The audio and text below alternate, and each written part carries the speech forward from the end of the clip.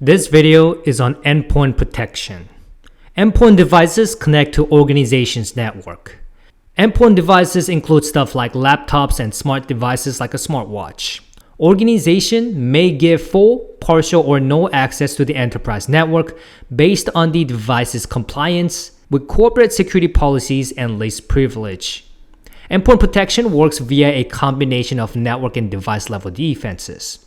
Example of endpoint protection is installing software directly on the endpoint to monitor and protect it. As remote work and bring your own device became more common, mobile devices became bigger focus for cyber criminals, so it's critical to know what endpoint protection solutions exist and how to implement it. Let's go over several endpoint protection solutions that are utilized.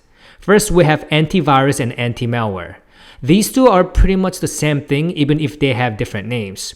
Let's start with virus versus malware. Let's start off with malware, which is an umbrella term. It includes things like spyware, adware, ransomware, worms, rootkits, trojans, as well as virus. Virus is a small code that is written to spread from one computer to another and can replicate itself. It's written to insert or attach itself to things like program or document that supports macros in order to execute its code. It could spread through email, internet downloads, suspicious links on social media, and so forth, and can hide in numerous things like documents, images, audio, and video files. Even within the virus, there are variants, like boot sector virus, web scripting virus, browser, resident, direct action, polymorphic, file infector, macro, so on. So why is malware and spyware used synonymously when it comes to products? Well, historically, antivirus focused on subset of malware, but antivirus became a popular term in the 90s because of prevalence of viruses. Eventually, other malware like ransomware and spyware became commonplace as well. Antivirus and anti-malware developers then modified their software to include detecting new threats as well. So the difference between the two terms diminished. Microsoft, for example, calls their Microsoft Defender antivirus, but it is an anti-malware component of Microsoft Windows. Antivirus was just a hype marketing scheme. So these softwares provide signature-based scanning, heuristic analysis, behavior monitoring, and sandbox analysis. Signature-based is simply scanning based on known virus listed on a database, which is why it's important to continuously update. And this is what the traditional antivirus software is based on. Heuristic analysis looks for similarity to related viruses. And then behavioral seeks out the out-of-the-normal activities like suddenly sending large data over the network. And sandbox analysis moves suspicious files for analysis and to ensure it won't activate.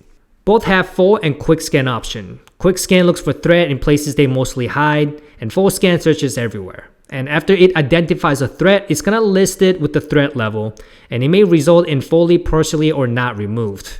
And this is because some items require human interaction to say yes to make changes, restart, and manually install patches.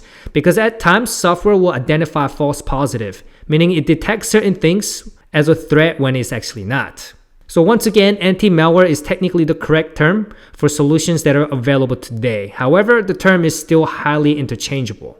Next, we have endpoint detection and response, and this is an integrated endpoint security solution that combines real-time continuous monitoring and collection of endpoint data with rules-based automated response and analysis capabilities. Biggest point here for endpoint detection and response is ability to monitor and collect activity data from endpoints real time, and the ability to identify threat patterns and react automatically if you set it. And it could take different actions as well. It also provides forensic capabilities to describe what happened during the security event. Endpoint detection and response is added to cover for antivirus anti-malware gaps.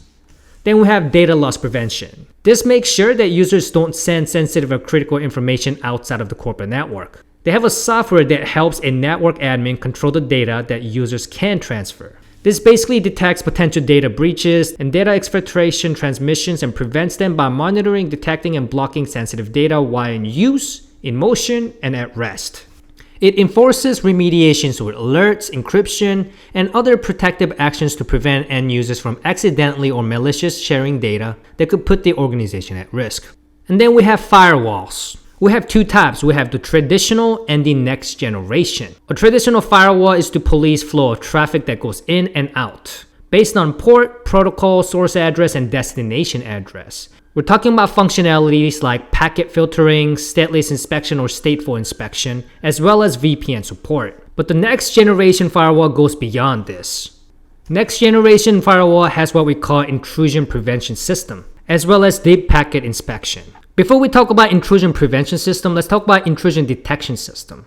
Intrusion detection system monitors network traffic and sends alert to the user when it identifies a suspicious traffic. They have network intrusion detection system and host intrusion detection system. Network intrusion detection systems monitors network traffic, while host intrusion detection system monitors the device or system it is installed. Both of these formats use two main methods of threat detection, which are signature-based and anomaly-based. Once again, signature is based on known data, so it's gonna pull from a database. But anomaly-based is creating a baseline and finding an anomaly outside of that baseline. Most of them use AI, machine learning, to help these systems detect abnormal behaviors. Since it is prone to false positives, it does require human interaction.